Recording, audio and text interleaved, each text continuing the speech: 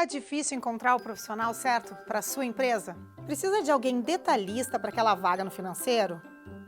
Quem sabe um criativo para o marketing? Ou ainda, alguém focado em resultados? A Fortus RH utiliza técnicas de seleção e processos estruturados, realizando entrevistas, aplicando provas e testes específicos. Tudo isso para buscar a pessoa certa para a vaga certa. Fortus RH. Conectar pessoas é o nosso forte.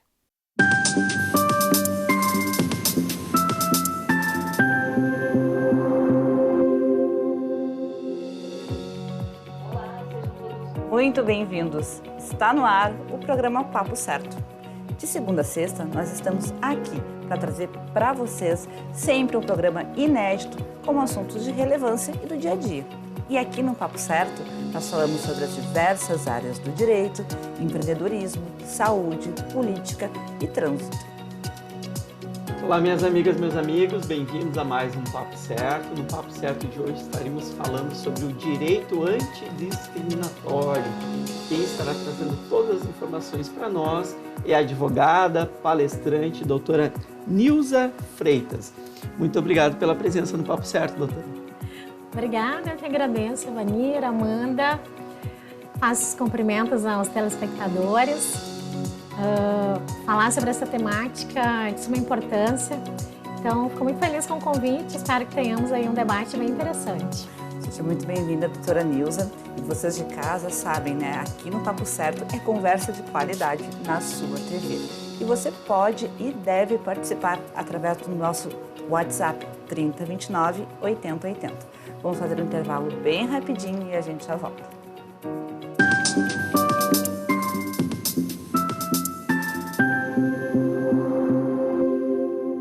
Você já parou para pensar que a sua empresa pode estar pagando impostos a mais? O nosso sistema tributário é bem complexo e é comum as empresas pagarem mais do que o devido. Saiba que é possível recuperar os valores dos últimos 5 anos e reforçar o seu caixa. A Fortus Tax é especialista no assunto e já ajudou muitas empresas nos seus 18 anos de atuação. E o mais importante, você só paga pelo serviço depois que o dinheiro estiver na sua conta. Fortus Tax. Pagar o justo é o nosso forte.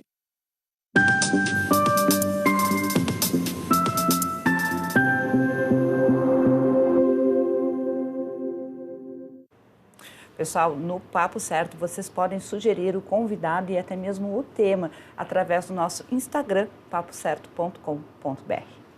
Então, doutora Nilza, dando início ao nosso programa de hoje, o que é o direito antidiscriminatório? Muito bem. Bom, o direito antidiscriminatório, ele pode ser analisado sobre diversos parâmetros.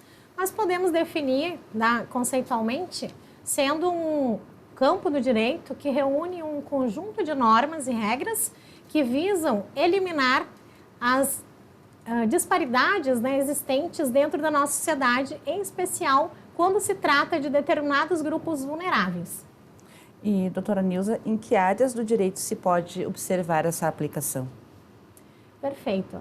Amanda, essa pergunta é muito interessante porque as pessoas têm muita dúvida em relação a onde que eu posso observar ou não a aplicação efetiva do direito antidiscriminatório.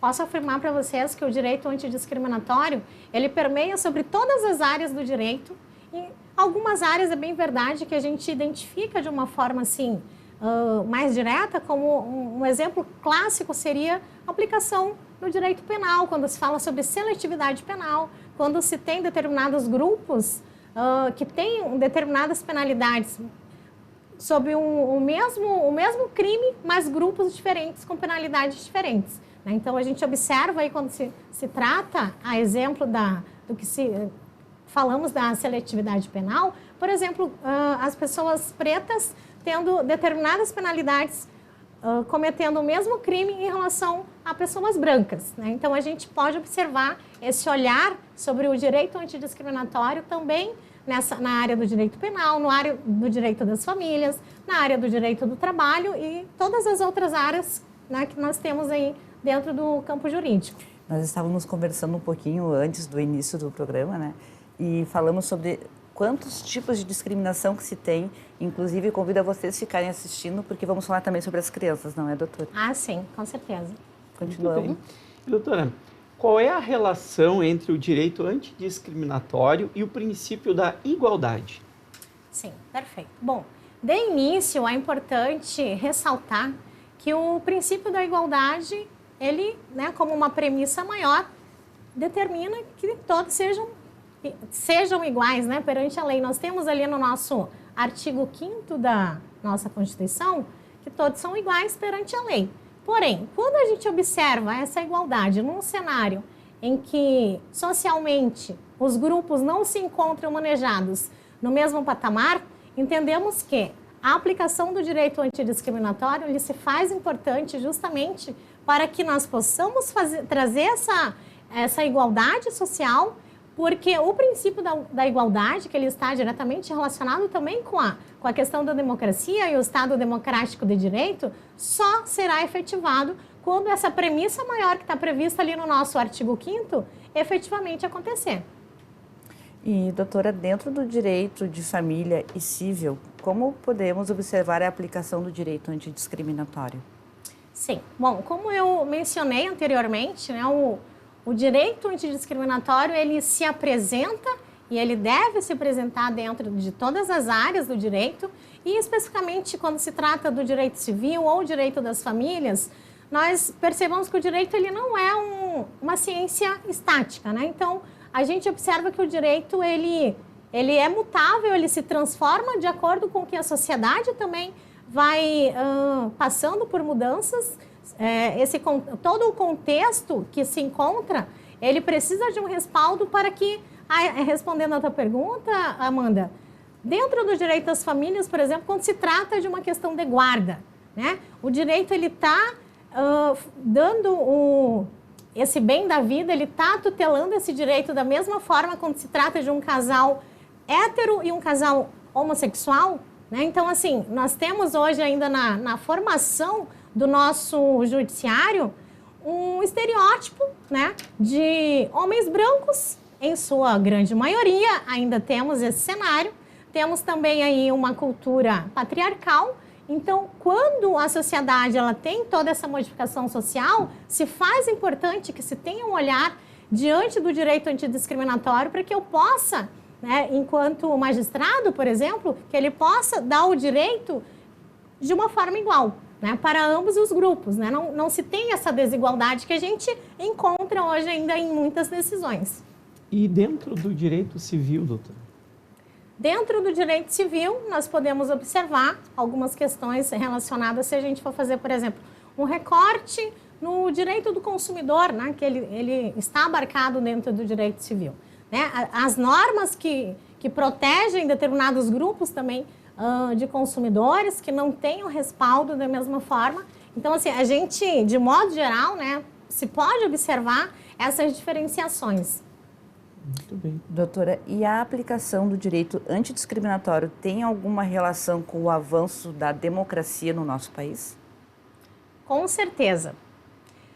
Quando se fala em democracia, né, e a gente tem que observar o seguinte: uma sociedade efetivamente democrática, ela precisa de uma participação efetiva de todos os sujeitos de direito, né? Então, a partir do momento que eu trato determinados grupos de uma forma diferente, né, que eu não tenho essa diversidade, essa pluralidade, por assim dizer, eu estou me afastando de uma sociedade efetivamente democrática, certo? Então, assim, para se falar sobre igualdade, para se falar sobre Estado democrático de direito e essa entrega para que uma democracia esteja, de fato, evoluindo, eu preciso da participação de todos esses sujeitos de direito dentro de uma questão igualitária, diversa, plural.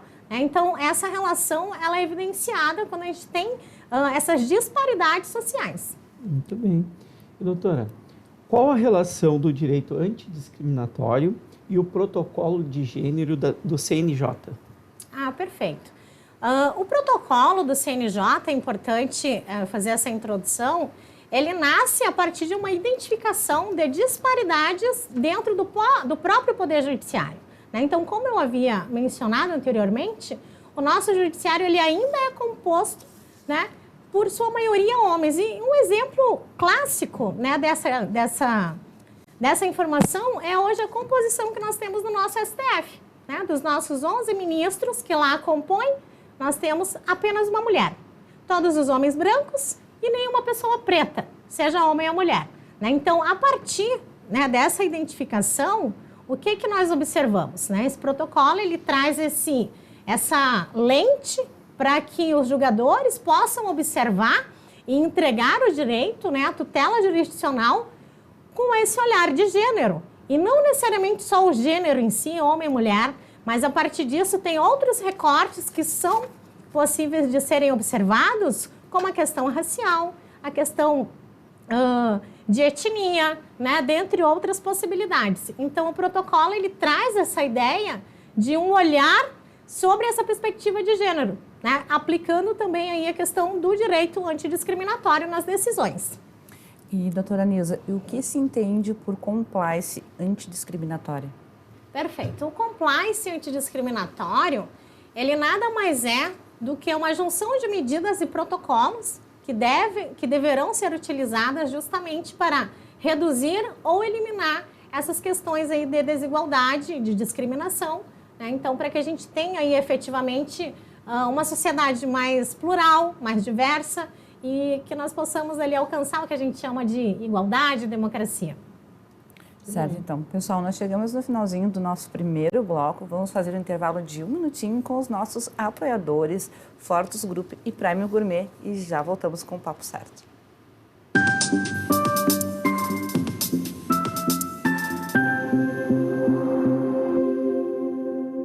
Tal ganhar o prato do seu acompanhante. Com esse app você compra um e ganha um. Simples assim. Vale também para ingressos e hospedagens. De Gramado para o Brasil, o Prêmio Gourmet traz experiências incríveis para você. Baixe o app grátis e assine quando for usar. Já somos mais de 500 mil aproveitando esse guia gastronômico e turístico. Faça parte desse clube também. Para o cliente, economia e experiências em dobro por 1 ano. Para o parceiro Prime, clientes selecionados. Uma forma elegante de utilizar descontos.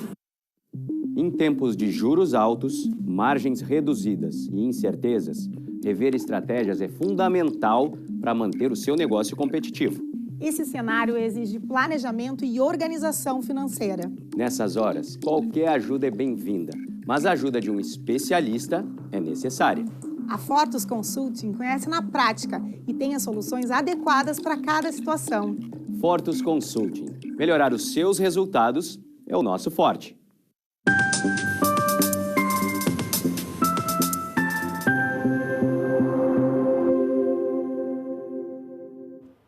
Voltamos e o Papo Certo também pode ser compartilhado através do YouTube e do Facebook. E já deixo o convite para vocês se inscreverem lá no nosso canal Papo Certo. Doutora Nilza Freitas, advogada, palestrante, hoje falando aqui conosco sobre o direito antidiscriminatório. Doutora, no bloco anterior a senhora comentou sobre a importância do compliance antidiscriminatório e de protocolos. Eu, aqui como empreendedor e que atendo muitos empreendedores, gostaria de saber a sua opinião sobre como esses empreendedores podem implementar esses protocolos lá nas suas empresas e para terem aí, né, um reconhecimento, porque muitos já têm esse compliance, mas também ter o reconhecimento. Qual a importância para o empreendedor? Perfeito, Evanira. Essa pergunta ela é muito interessante, porque atualmente a gente tem observado que as empresas elas estão mais preocupadas com essa questão de ter um ambiente mais diverso, né, nas empresas. Então, assim, o empregador ele tem o dever de manter um ambiente saudável, a lei fala isso.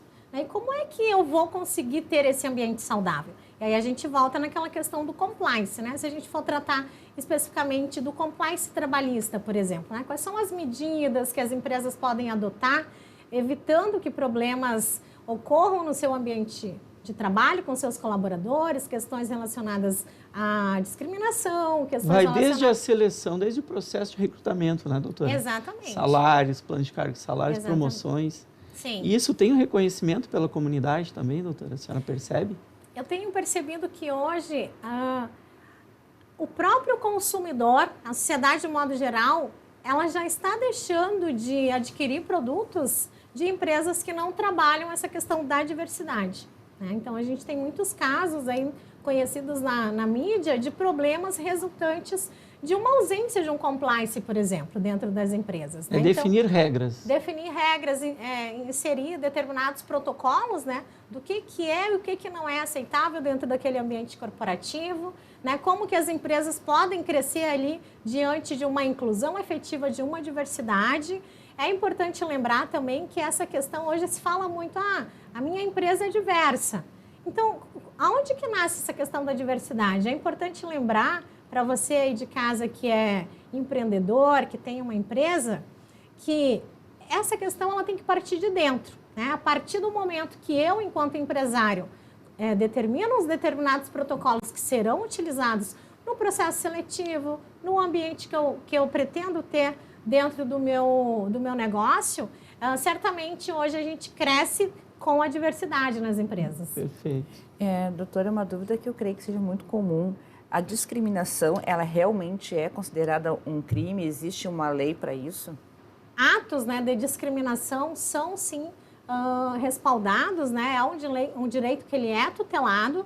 Então, a gente tem ali a Lei 7.716, se não me falha a memória agora, que ela traz aí penalidades para quem pratica determinados atos aí considerados discriminatórios, podendo, inclusive, ali resultar numa penalidade além de multa, mas também de reclusão, podendo variar aí de 1 a 5 anos, dependendo do caso. Muito bem. Doutora, quais são os casos de discriminação mais recorrentes, mais comuns? Certo. Atualmente, é o que se tem observado, né? Temos aí diversos cenários relacionados à questão da discriminação. Mas, pontualmente, eu tenho observado muitas questões relacionadas à raça, à questão de orientação sexual. Temos aí agora, tem sido muito falada a questão do etarismo, né, em relação à idade. Então, assim, de modo geral, são essas práticas, né, que eu tenho observado assim, em maior número. A questão também em relação a pessoas com deficiência. Então, a gente tem encontrado determinadas problemáticas em relação a essas pontualmente falando. Digamos, essas são as mais comuns, mas traz para a gente, por gentileza, uma discriminação que a maioria das pessoas não tem o conhecimento, que às vezes cometem até mesmo sem saber. É bem importante, Amanda, esse teu apontamento, porque, de fato, a sociedade, muitas vezes, ela pratica determinados atos de discriminação sem se perceber, né? Então, isso está tão enraizado que a gente acaba falando determinadas palavras, determinadas frases, porque a gente não tem, por exemplo, nas escolas hoje, falta ensino sobre letramento racial, né? Então, assim, a questão da xenofobia também é uma questão, né, discriminatória aí, em razão da localidade que aquela pessoa, por exemplo, se encontra. Então, aí nas redes sociais a gente tem observado bastante, né? E muitas vezes as pessoas falam, mas era só uma brincadeira. Então, é importante lembrar que preconceito e discriminação não é brincadeira, é crime. Eu tenho um depoimento, doutora. Eu, apesar de ser homem, alto, magro, olhos verdes. Veja, todos os tipos de qualidades assim que tira vamos dizer assim, da linha das pessoas que poderiam sofrer discriminação. Mas eu já sofri algumas. Sou de uma origem muito pobre, então essa origem pobre, eu, em época de estudante, escola, sofria discriminação por isso. Porque eu não tinha acesso a bens, objetos, enfim, possibilidades que os colegas tinham. Também me criei numa vila muito pobre de Porto Alegre, né? O que me salvou foi o estudo, eu sempre digo estudem. Uma vila muito pobre, aquele é da vila. Então, o fato de eu ter me criado na vila, né? Também é um estereótipo. Então, assim, não é somente a pessoa, né? E por ser muito branco também, doutora. Eu me lembro até hoje que eu, quando novinho, eu botava aquelas bermudinhas no inverno, que aqui no sul é muito frio. Eu ficava com aquelas perninhas branquinhas, me chamavam de maisena. Pô, maisena, tudo bem. Para uma pessoa que é bronzeada, enfim, não tem problema. Mas para mim, aquilo eu trouxe no coração.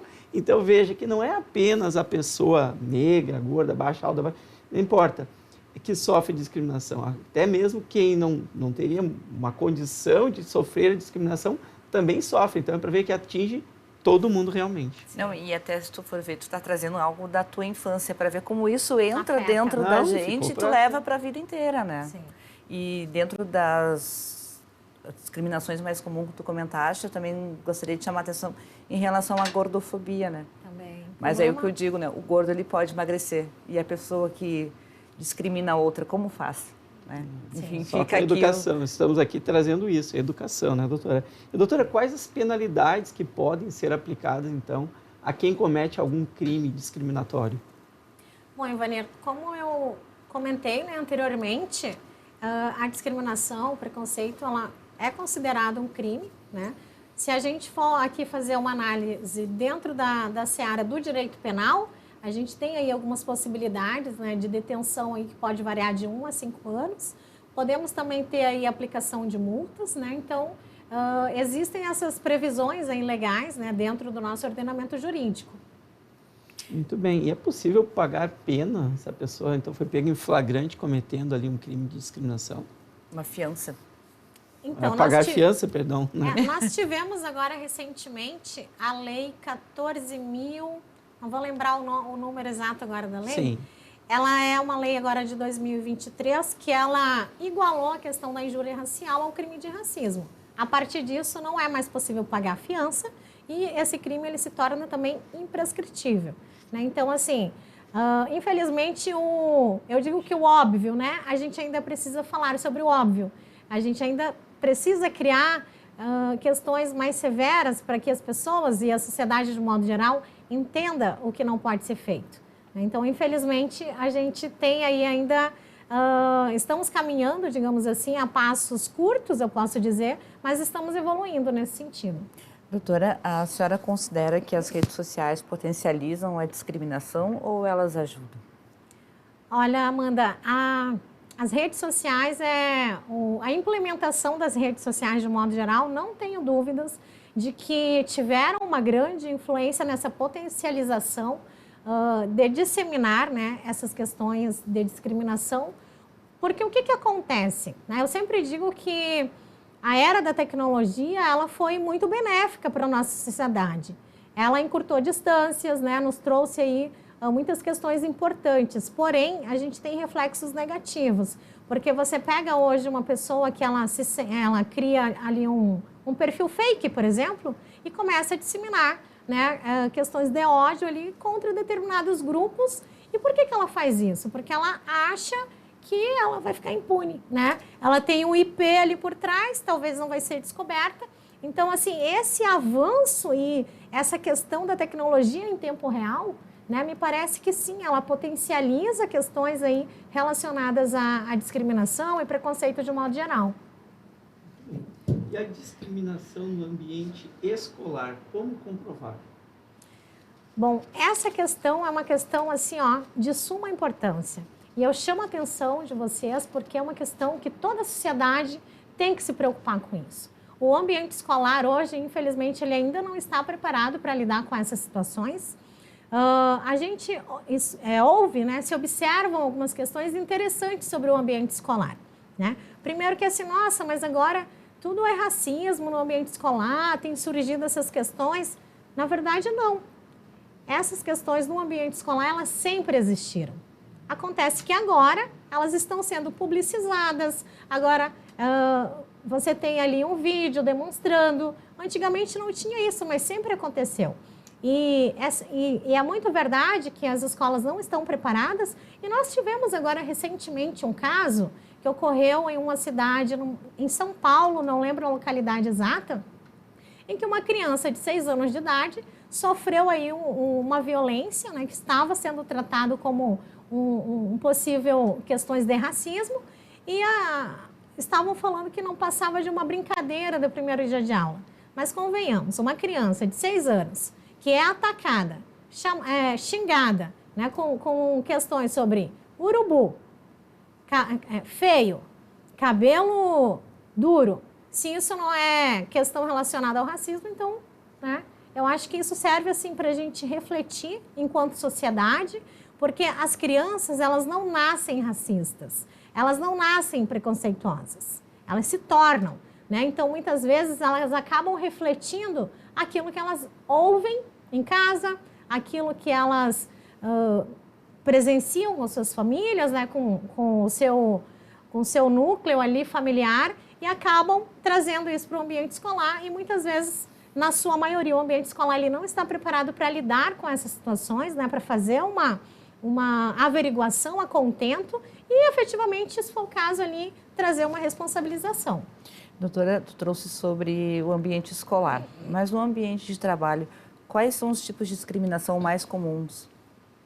Perfeito, Amanda. No ambiente de trabalho, e é bem interessante porque eu que atuo mais especificamente na área trabalhista, eu tenho observado um número crescente de demandas, né, que chegam ao judiciário diuturnamente relacionado a questões de discriminação no ambiente de trabalho. E dentre elas eu posso citar a questão mais recorrente atualmente, que é assédio moral, assédio sexual e também questões relacionadas à raça. Então, dentro desse ambiente corporativo é o que eu tenho mais observado. Doutora, qual é o caminho, então, a ser seguido por quem sofre algum tipo de discriminação? Perfeito. Bom, independente do local, se é no seu ambiente de trabalho, né, em qualquer ambiente que você sofreu algum tipo de discriminação, a primeira orientação, faça um boletim de ocorrência, relate para a autoridade policial. Não deixe que isso passe impune, denuncie. Ninguém deve ser discriminado, né? A gente tem, nós devemos viver em uma sociedade que ela seja democrática, que ela seja saudável, diversa e plural. Somente a partir dessas premissas é que nós conseguiremos viver numa sociedade da forma, né, que a gente imaginou, uma sociedade livre aí de preconceito, livre de questões aí de disparidades, né? Em determinados grupos, para que a gente possa fazer esse rearranjo, por assim dizer, porque hoje nós temos uma sociedade que ela tem um formato, né, que se mantém. Só que esse formato ele não atende mais hoje essa questão da democracia, das questões da igualdade, né? Então, a partir do momento que a gente tem determinados grupos dominantes em relação a determinados grupos que se tornam vulneráveis socialmente, a gente não tem como crescer enquanto sociedade, né? Então, a gente acaba falhando e a nossa sociedade é quem é penalizada. O importante aí é registrar, não deixar passar, né, doutora? Esse é o recado que fica. Seja um boletim de ocorrência, que seja uma reclamação, uma repartição pública, que seja na escola, que seja no trabalho, mas não deixar aquilo passar como se fosse algo normal e cortar na raiz, eu acho. Exato. E é importante também referir, Vânia, que muitas vezes essas questões elas ocorrem em locais fechados, né? Porque socialmente falando não é aceito tu sair por aí ofendendo alguém, seja pela sua raça ou por qualquer, ou assediando sexualmente, embora a gente veja que acontece muito, mas via de regra, principalmente dentro do ambiente corporativo, muitas vezes a vítima desse tipo de crime, por assim dizer, ele faz isso de forma velada, quando não tem pessoas vendo. Então, a vítima ela acaba tendo também essa dificuldade em trazer essas comprovações. Então, o que a gente orienta, né? Filmem, tenham testemunhas, né? Gravem se você sabe que está na iminência de sofrer um determinado tipo de abuso. Certo, então. Bom, doutora, eu te agradeço muito pela tua presença. Ficaram 3 perguntinhas pendentes, mas, enfim, fica convidada para voltar conosco, então. Eu que agradeço pela oportunidade. Espero que tenhamos aí outros momentos para debater e falar sobre essa temática. Muito obrigado, doutora. Com certeza teremos. Agradeço a todos que nos assistiram aqui e deixar aqui o nosso abraço forte a todo mundo que, de alguma forma, sofreu ou sofre algum tipo de discriminação. Então, pessoal, nós ficamos por aqui e o programa de hoje vai ser reprisado às 7h30 da manhã aqui na Ubra TV.